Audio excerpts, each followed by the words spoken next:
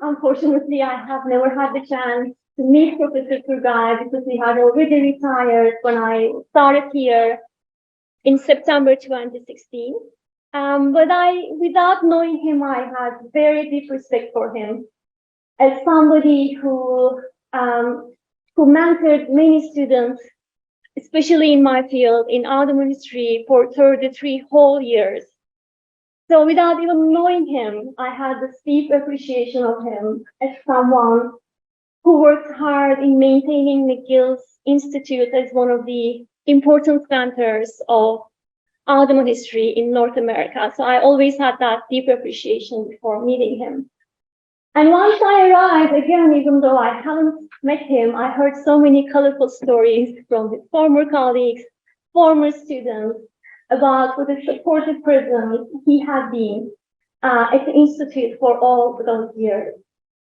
Therefore, I'm very happy that we are able to gather here together to talk about Professor Uner Turgay with people who knew him much better than I had an opportunity to. One of the things that I've learned about Professor Turgay, I've always known him as this, important figure in Ottoman history. But whenever I say this, my colleague, Professor Khalid Medani, corrects me and says, Aslihan, not just Ottoman history. He was an amazing mentor to everybody at the Institute. So I still do that. I'm sorry, I'm biased, but I just wanted to mention that's one of the main things that I learned about Professor Turgay from his colleagues. And I've also learned about how much he is cherished by his former students and how fondly they talk about him even long years after his graduation. In that spirit, when we invited some of his former students and former mentees, they were very much open to coming here all the way from Winnipeg, from Ottawa, and from Turkey. We're still looking for our gift from Turkey, who will be here very soon. But the willingness told me something else about how much he was cherished by all of his students who had the opportunity to work with him. So I really want today to be an opportunity for us to talk about what he meant to us and our memories and his career at McGill together. We have a speaker lineup, but after the speaker lineup, I just want to emphasize that anybody who wants to say a word, 5 words, 10 words, anything, the floor is open to everybody, so it is more of a community event. So please take that in that spirit. So without further ado, I really want to pass the torch to people really who knew Professor Turgay much better than me. And I'd like to invite to the podium, first of all, Professor Michel Hartmann, the chair of the Institute of Islamic Studies, who will speak on behalf of the Institute and start us off today. So, Michel.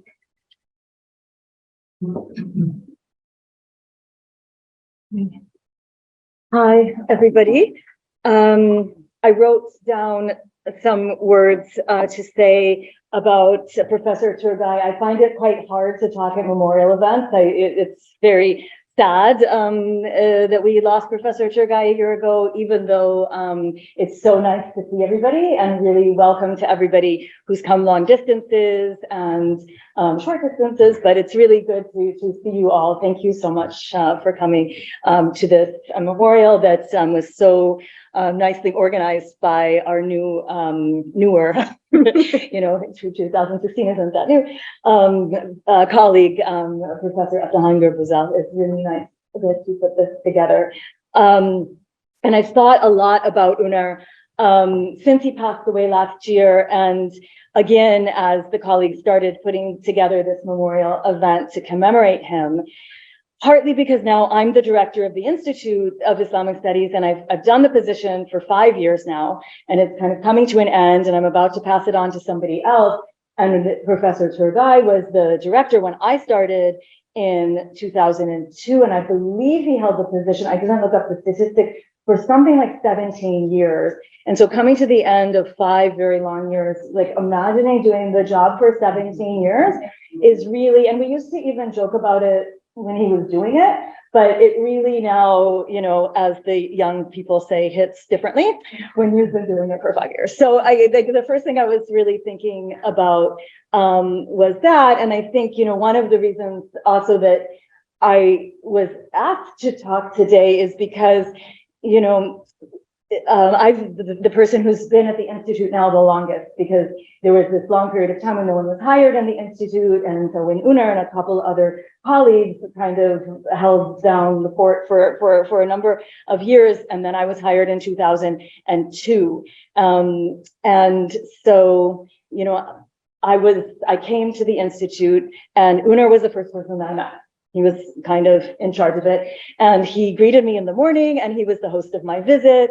And he was the colleague who settled me in. He was the colleague who explained the place to me and kind of started shepherding me through the mysteries of McGill University, which is a pretty difficult place to understand. And at the same time, he was also the person who welcomed me into the much friendlier space of the Institute of Islamic Studies. So, you know, there he was in the Institute, which was this really nice, small, friendly place in this big, strange, mysterious university. And so I was thinking back to the early days and my first impressions and my first memories of Uner Turgay, and they so much to me cemented the person who he was. So he was the director of the Institute, right? And he was, of course, a professor of Ottoman history.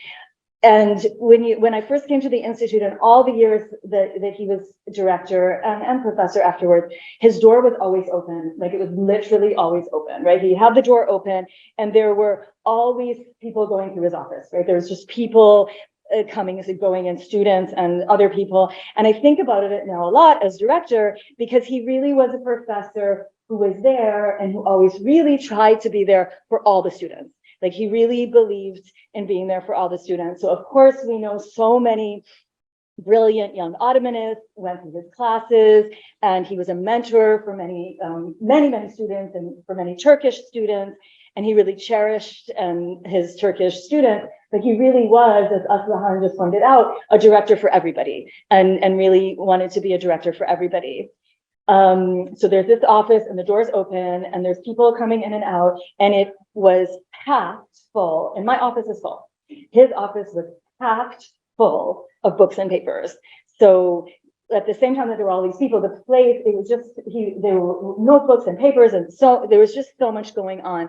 And Uner was really someone who was also busy doing so many things. So I don't know if, like, up until retirement. So if people really remember this, but when I joined the Institute, Uner was also, in addition to directing the Institute and doing like most of the jobs, because there were only 4 colleagues, he also was a member of the Senate. Like, he was a member of McGill Senate.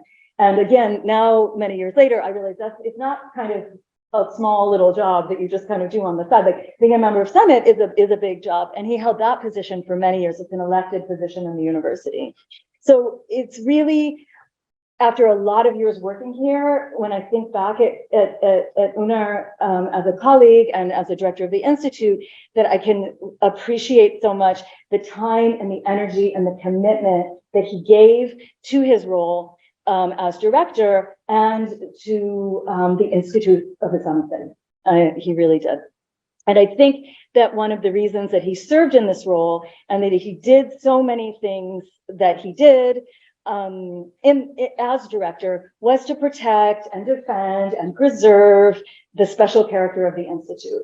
And he did it really tirelessly through a lot of difficult times. And those were mostly times before most of us who work here, and certainly the students, the current students, remember. We weren't here for it, right? We heard about it through the lore. And I think it's important for us to remember it as the Institute, as part of our history, that there was a period, you know, we're not the only ones to live through a difficult period, right? There were difficult periods that came before, and there'll be difficult periods that come afterwards. And he was the director during the hiring freeze of academics in Quebec. So the Institute was reduced to 3 professors. He was the director when the Institute first started to become integrated into the Faculty of Arts. It had long been a part of the Faculty of Graduate Studies, and then it got integrated into the Faculty of Arts. These aren't small things. But through all of it, Professor Turgay worked really hard to make sure that the Institute of Islamic Studies remains a warm and welcoming place for students and professors and for visitors from all over the world of all different backgrounds, of intellectual positions, a place where people could come together and work together. So the Institute in all these years has changed, but a lot of the positive things that characterize the Institute, I think, can still be attributed to Uner's long leadership as director of the Institute. So I wanted to finish what I say today by remembering Professor Uner Turgay as a warm and welcoming person, someone who is really devoted to the younger scholars and the students who are going to carry on his legacy, all of the students at the Institute, the retired professors at the Institute. He believed in the Institute of Islamic Studies as a special scholarly place in the university, and we'll continue to come together and work together in his sphere. Thanks.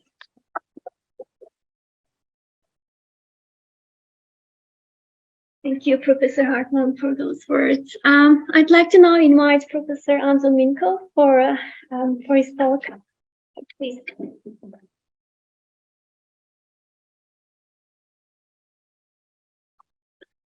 So, dear colleagues and friends, it's an honor for me to be here and speak about the legacy of Professor Uner Turgay. I'm pretty sure that we may repeat each other because he was what he was. And I'll kind of try to provide a little bit of personal perspective of how we interacted with him. I also thank Professor Gürbüzel for organizing this memorial event. Professor Turgay certainly left a lasting mark on the Institute of Islamic Studies, where he spent 3.5 decades of his life, and also on the broader McGill community. Professor Turgay was my advisor from 1993 to 2000. I started first as a master's student, and then continued to complete my PhD here as well. I think Professor Turgay's legacy should be considered in 4 aspects. First as a teacher, then as a mentor, but also as administrator and a person. As a person, as Professor Hartman already said, I would say that most importantly, he had a huge heart. What do I mean by that? Professor Turgay was always open and considerate to all students of the Institute. For example, at the time of my studies here, I was living in Ottawa with my family, and I was commuting almost daily on a daily basis between Ottawa and Montreal. So Professor Turgay was very much aware of this situation, and he was very supportive in any aspect he could, with scheduling, course selection, and etc. I also knew other students that sought his help and advice, not necessarily related to the academic program or the matters of the Institute. He was always there for them, helping, for example, with immigration matters or whatever issue they have. But even after completing my studies, every time I came to Montreal, I would come and visit him. And even though I almost always came unannounced, he would always find the time for me for a chat, and we'll go for lunch or something like that. He was always very keenly interested in my professional career and my family. For example, he knew my wife and children's names by heart. But in addition to students, I would say that Professor Turgay was not only open and cordial to the students, but also to his colleagues, the other professors of the Institute. He managed very well the different personalities of the other faculty members and kind of served as a balancing force among them. And again, I'll give you an interesting example. I cannot mention names in this case, but it's a real situation. So this is something that happened during a doctoral thesis defense. So one of the committee members became so agitated by some statements of the student that he almost jumped over the table to him. And Professor Turgay immediately called a break and discussed the situation with both the professor and the student separately, and the defense continued peacefully, thanks God. As an advisor and mentor, I also have a huge respect for him. I remember when I started to consider a topic for my PhD dissertation, I first came with the idea for Ottoman diplomatic study of how Ottoman chancery scribes would sound out Slavic names and place names and write them down in the Ottoman documents, and especially in tax registers. So what I have noticed during my work in the Ottoman archives is that the scribes, when making copies of the registers, they would often not understand the name of the village and transcribe them as they thought it is. And after several iterations of the manuscripts, there will all of a sudden be a new name appearing in the register and another one disappearing. So nowadays, the scholars, when they decipher those registers, they would wonder what's happening, why those villages would disappear and appear, and they would never think that this is basically a case of corruption of one name. So I pitched this idea to Professor Turgay, and he looked at me and said kindly, "Anton, this sounds very interesting and fascinating, but if you ever want to find a job as an Ottoman historian, forget about it." So eventually, we came with a different topic, that is the conversion to Islam in the Balkans, based on letters addressed to the Sultan by the converts themselves. So Professor Turgay guided me painstakingly through the research process and commented on the chapters I submitted to him. So ultimately, this new topic we selected, and the quality of the thesis was highly appreciated by the Dissertation Defense Committee, and eventually it was published by Brill as a book. It is now being translated in Albanian and Turkish. So needless to say, without Professor Turgay's advice, this would never have happened. Professor Turgay was teacher as well, thereby contributing to the academic program offered by the Institute. I still vividly remember the Ottoman history class I took with him. This was a graduate level course, so there was not a lot of lecturing, but I remember him guiding very expertly the students through the different subjects that they were interested in. Especially, we had a lot of foreign students that had little or no knowledge of Ottoman history. And finally, I'd like to say a few words about Professor Turgay's legacy as a director of the Institute of Islamic Studies. He served in such a capacity, I was not sure how many years, but he served in that capacity during all of the time I was here in the 1990s and few years after that. So he guided the Institute very skillfully and was able to grow the student body as well as the prestige of the institution. He did not hesitate to take important decisions that would bring life-changing experience to the students of the Institute. For example, in my case, initially, he helped me secure a small scholarship here, which at the time I was a new immigrant to Canada, and that was the crucial, basically the crucial factor that made me select McGill University. He also, after I spent 1 year here as a master's student, he facilitated a speedy transition from the master's program to a PhD program based on an English translation of my MA thesis from Bulgaria. I was also especially impressed with the foreign students program that we had at the time.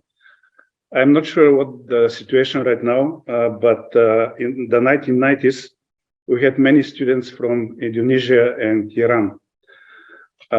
Professor Turgay was able to secure funding for this program and work with Canadian immigration officials to bring them here.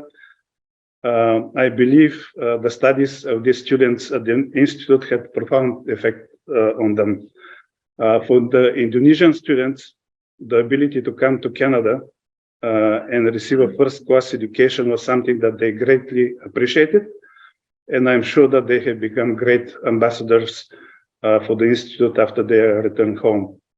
For the Iranian students, some of them actually, I remember sons of high-ranking Iranian clerics and officials. I also observed that the experience and the education at the Institute was an eye-opener in every aspect. I credit Professor Turgay for this all success when he was the head of the Institute, and I hope the current directors after him have built upon his legacy and continued growing the prestige of the Institute. So, to conclude, Professor Turgay's legacy is that of an amazing person, teacher, and mentor that helped hundreds of students launch their academic and professional careers, including mine, and had guided the Institute of Islamic Studies to become the institution it is today. I feel fortunate to have known him and having had him as academic advisor. And again, thank you for having me here.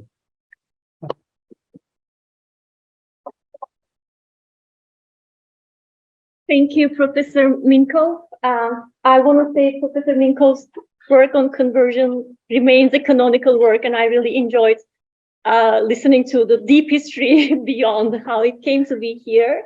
And we thank him for this beautiful tribute.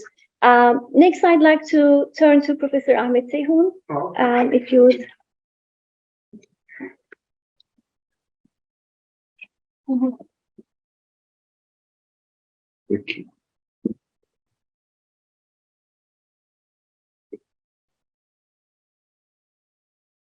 Thank you to everybody. It is indeed an honor to be here in my alma mater again. And thank you for inviting me, Institute of Islamic Studies, and particularly Aslıhan Gürbüzel Hanım. Thank you very much. I'm here to talk about my dear Professor Uner Turgay, but also I will a little bit talk about myself. I remember very well the day that I came to the Institute, September the 1st, 1992, to begin my PhD after finishing Boğaziçi University, after having my master in Boğaziçi University. And actually, I was working as a lawyer before that, but I switched, so I'm going to talk about him too. So that day, when I met him, it was one of the turning points in my life, actually a milestone in my life. And I met Professor Turgay, and I saw the man, the goodness radiated from his face. Then I saw that. He was such a wonderful person. And so again, I said this day that my whole life changed because my path changed and everything. Before that, I was living in Istanbul, Turkey, and set to become a successful lawyer, a corporate lawyer, a totally different path. But nevertheless, I had been always interested in history, anthropology, and ethnography, and since the primary school. And then I also started to collect the old coins at the age of 12. And then I decided to pursue my passion with the encouragement of my late father. Although he was an engineer, he always thought that history is very important. He considered history very high, and he always supported my dreams. At the Institute, Dr. Turgay was the mainstay of my time. He was extremely helpful to me and very supportive as an advisor and a mentor through my pleasant, but time to time, of course, the challenging journey at the Institute. The life of a PhD student is not a bed of roses, but it is definitely worth it. So I advise to almost everybody do PhD. It's a wonderful experience. Yes. And I wrote my dissertation on Sayyid Halim Pasha, one of the most important, according to some writers, Islamist thinkers of this time, of his time, early 20th century. And I was very lucky because during my research in Istanbul, I met his descendants, the Princess Zeynep, actually because Sayyid Halim Pasha was the grandson of Muhammad Ali Pasha of Egypt, and the family was living in Istanbul, and they had some documents so that nobody saw it, and the documents were in French. He wrote in French. So then later they were translated in Ottoman Turkish. So most of the works done on him actually use the Ottoman source or the Turkish sources, but I saw the French sources and used them. It's very interesting because when Professor Bernard Lewis visited the Institute, and of course, Professor Turgay introduced me to Bernard Lewis, and Professor Lewis said, "What are you working on?" Then I said, "I'm working on the Islamists." "Ah," he said, "so you work on the Islamcı. They are like Kefteji or Kahveci. They sell Islam. Islam is an important commodity," huh? He said to me, Bernard Lewis. And again, I consider myself very lucky. Professor Turgay, a wonderful person with a golden, not even a golden, a diamond heart, I will say, and a very knowledgeable scholar, not only on his field, but a very broad knowledge in various disciplines. And again, that's why, again, I feel that I'm quite lucky. And currently, I'm an associate professor at the University of Winnipeg, a frontier place, and a Serhat. I was, when I went there was nothing. It was like, I started everything from scratch. Again, Professor Kapadar said that to me, that you went to the Serhat, to the frontier, like established and the fight for the discipline. Now, I'm trying my best. So, again, thank you very much for inviting me. My talk is short, but I told you it was. Thank you. Thank you.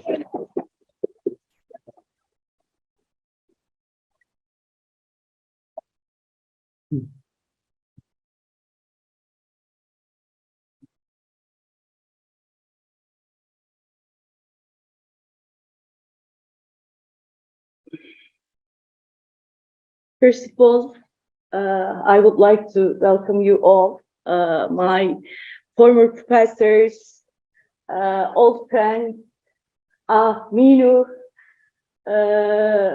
and Serhat, Professor Medani, and my friend Mike Ferguson, and of course Aslıhan that organized this event. So I would like to, first of all, start my talk with to say sorry, because I thought the event was at 3 o'clock. It's completely my mistake. I am still jet lagged, and I will do my best today to finish the talk before sleeping. Anyhow, first of all, I would like to thank Institute of Islamic Studies for organizing this event. And also, I would like to thank Aslıhan Gürbüzel for making my trip possible from Izmir to Turkey. Izmir is hometown of Professor Uner Turgay. So I live in Izmir. So I'm going to come to that Izmir story, me and Uner Turgay. So So last time I spoke in front of a McGill crowd with my dissertation defense, and where Professor Turgay was sitting as a supervisor, and Professor Medani and Professor Manukyan, they were two committee members. It was a smooth defense, but at the end of the defense, the most difficult question was asked by Professor Turgay. He said, I wrote my dissertation on gypsies, Roma in the Ottoman Empire in the early modern period.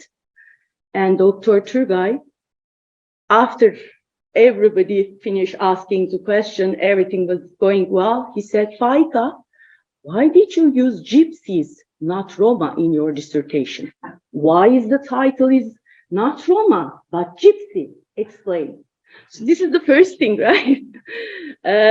So I explained to him, and the answer was, Hocam, in the documents, gypsies are mentioned as Çingene or Kıpti, or plural Çingeniyan or Kıptiyan.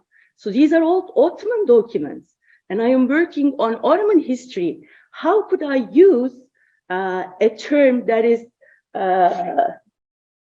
started to be used after the 1970s in Europe? Then he said, okay, you are preferring to become academically correct instead of being politically correct. Is that the case, Faika? Well, I said, Hocam, I'm going to think about this again and again, and I am still thinking. So Professor Turgay and I walked a long way together. I did both my MA and PhD under his supervision. During my rather long stay at McGill, Professor Turgay contributed not only my formal education as an historian, but also taught me how to be kind, loving, nurturing, and fair towards one's students through his own words and actions. He always made time for his students by maintaining an open door policy, which was inclusive of warm smiles, big hugs, and always Turkish cologne. And I brought Turkish cologne here today.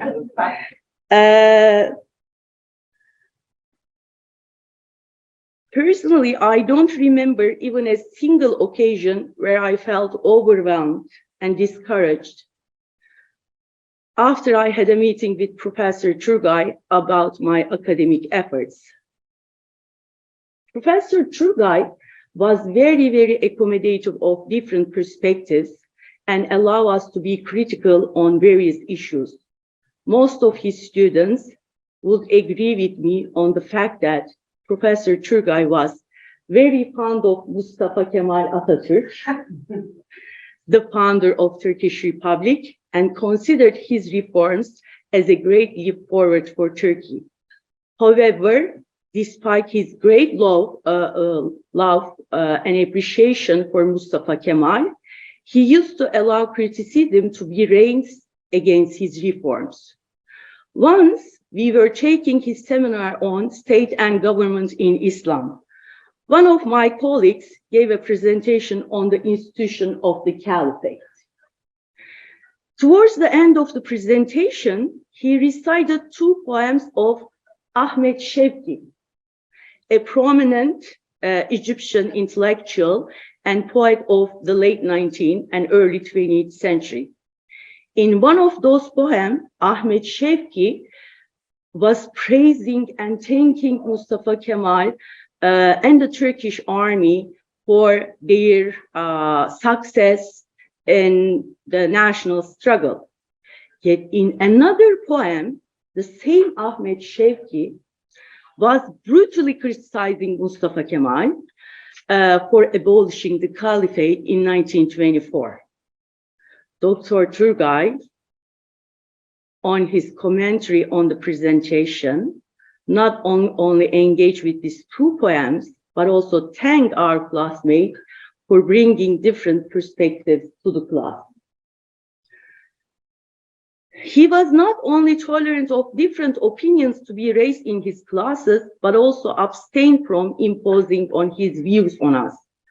Unlike many scholars of his generation, he never assigned his own works to be read in his classes, nor expected us to cite his articles in our papers. Uner Hoca was not a prolific scholar. He did not leave us volumes of works and hundreds of articles. Nevertheless, his articles on the history of Black Sea trade, Ottoman-Russian relations, Caucasian migration, and administration of opium production in Ottoman lands are considered as a very significant contribution to the modern Ottoman historiography. As it is underlined by one of his former students, Ali Yaycıoğlu, who came to the institute, stayed here for 2 years. Then he went to work with Cemal Hoca, and now he's a professor at Stanford University. In his one of social media platforms, Ali Yaycıoğlu wrote that Uner Hoca was he contributed, or he wrote one of the pioneering works on Ottoman-American relations. Dr. Turgay shaped my academic formation in various ways, especially guiding me through some important turning points. Once we were Professor Uner Turgay's seminar on socio-economic developments in the Muslim world, my classmates started their presentation. My presentation was towards the end of the semester. The topic presented before my presentation was about women and gender in different parts of the Islamic world. They were so good, so tempting. Having heard all of this engaging presentation, I decided to change my paper topic. Hence, at the end of the class, I approached Uner Hoca and I said, Hocam, I don't want to write on Gypsies, Roma in my paper, but I want to work on Ottoman women. Then Hoca said, and raised his eyebrows, famous eyebrows, and said, Faika, you are going to stay where you stay. You are going to finish what you started. Then I said, fine, Hocam. So that was somewhere in 2002. If Uner Hoca had let me switch my topic, I wouldn't have written on Roma in the Ottoman Empire. So Hocam, if I contributed to emerging scholarship on Roma in the Ottoman Empire a bit, it is because of your constant encouragement. He supported my project on Roma at a time where some scholars in the field didn't consider history of Roma worthy of attention in the Islamic world. Yet another occasion that Uner Hoca guided me through was during my PhD application in 2003. So I wrote my MA on Roma, or Gypsies Roma, in the Ottoman Empire using the Mühimme registers. And that was it. I thought I finished. Now I want to go on again to work on women, history of women. So I wrote a proposal and I came to Dr. Turgay's office. And the proposal was about Western European women's travels to the East, especially the Ottoman land. So at the institute at that time, I was exposed to Orientalism. So basically, at those times, I was trying to gender Orientalism. So I wrote my proposal and I said, Hocam, I want to work on this and I want to apply to history department. What do you say? Again, Hoca said, Faika, it is your opinion, but I would rather you to stay at the institute and finish what you started. You just started working on Roma, and you can extend this project further. Then he added, also, as a Turkish woman studying at the Islamic studies, you have a responsibility towards your country to finish your degree in Islamic studies. And because to Uner Hoca, most liberal-minded intellectual, they did not have sufficient knowledge of Islamic history or Arabic to engage Quran or other traditional Islamic sciences. So he said, I want you to stay at the institute, improve your Arabic skills and knowledge of Muslim world. As we have, unfortunately, very few scholars who read Ottoman Turkish and Arabic sources at the same time in Ottoman studies. Then he gave the example of Halil Sahillioğlu. I never become Halil Sahillioğlu. I mean, there's no way. But that was the example given. Then he also mentioned how important it was to study Islamic studies in order to understand contemporary Turkish society and politics.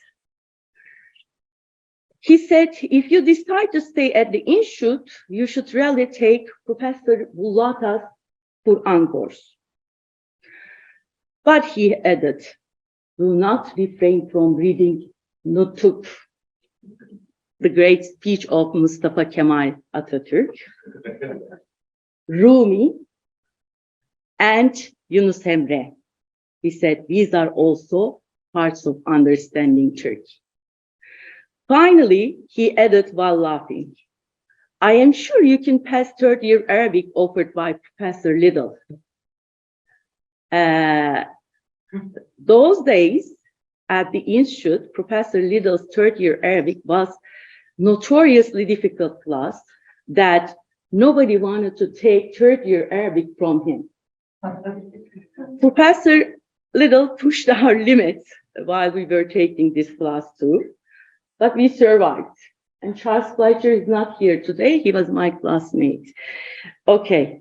By the way, God bless Professor Bullata and Professor Liddell's souls as well. So after a period of thinking, I decided to stay at the institute and finish, to use Uner Hoca's words, what I started. Finally, I would like to mention Uner Hoca's love and longing for his hometown, Izmir. It is indeed the city where I live now. Uner Hoca used to tell me stories about Izmir because among his Turkish students studying during that period, I was the only one who knew Izmir well, as my hometown, Manisa, where I teach now, is only half an hour drive from Izmir. Therefore, I could relate immediately when he talked about Izmir. It is different districts, inhabitants. His travels to Manisa to visit his sister while she was studying at the boarding school for girls. So when I returned to Turkey and settled in Izmir, I would often send Uner Hoca some photos as I walked through the different neighborhoods of the city. In a reply to one of my last messages, including photos from Kordon, it's a famous seashore, Uner Hoca wrote, Faika, you don't know how much I miss the smell of the sea. And so enjoy Izmir's every second. Uner Hoca was never able to come to his beloved Izmir after I settled in the city, though he always wanted to come and stay for a longer period of time. So after his passing, Izmir has become more meaningful to me. So I'm not cherishing his memory. Hi everyone, I'm Mike Ferguson. Somehow I'm a assistant professor at Concordia at the University Department. Mike, can I ask you to come Sure, here yes. so people on Zoom can hear you? Yes. It's so nice to see some of your faces. Some of you, you're as a former student, a master's student in Islamic studies, and then later in history. I was one of the ones who switched over. Many of you are in my mind, and many of the things that you've told me over the years, are still in my mind. So I was a master's student with Uner 2004 to 2006, and I came to the institute interested in history and really a product of a Canadian curious about Muslim world after 9/11. And to kind of complicate the layers and demonstrate the legacy of Uner, I was in Professor Anton Minkov's class the day of 9/11 at Carleton University, History of the Ottoman Empire. So I'm kind of a double product of the Turgay legacy, we can say. I had both graduate seminars and Turkish language instruction from Uner, and I, in some ways, dreaded the days I both had Arabic with Professor Hartman and immediately afterwards Turkish with Uner Turgay. But some of my most fondest, most fundamental moments in my academic career. Incidentally, I ended up studying Izmir as well. And the last time I saw FICA was in Izmir. So we're kind of connecting a number of different things. As FICA said, we know that Uner loved Turkey. He loved his homeland, a sense of nostalgia that he always wanted to go back to. And I was at the end of my degree when he finished or he was able to finally go back to Turkey after so many years. And he actually read my master's dissertation, the final version of it, while he was in Turkey. I remember the fondest stories of the details of life in Turkey that he talked about that really gave me a picture when I finally went there. Details of the different kinds of cheese that I need to look out for, the different kinds of olives, the fish sandwiches and eminönü that I had to get from the boats that rocked back and forth. And I remember for the very first time walking down down the bridge and seeing them saying, yes, this is exactly what Turgay told me about.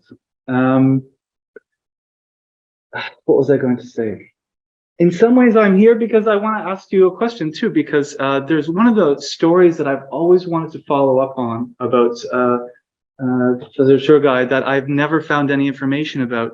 It's the history of helping the arrival of people from Turkey, specifically from the city of Denizli in the 1970s, I think, helped to settle in Montreal.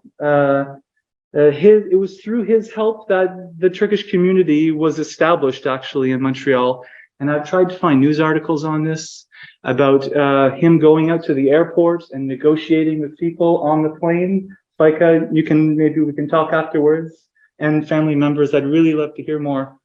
I'd like to write about this, in fact, because I think this is an untold legacy of Uner Turgay. So certainly I wouldn't be here today without Turgay's warm heart and help throughout my time with him, and how he conducted himself with students is something that I have taken to heart and tried to learn from and improve upon on a day-to-day basis. So thank you very much, Sharon.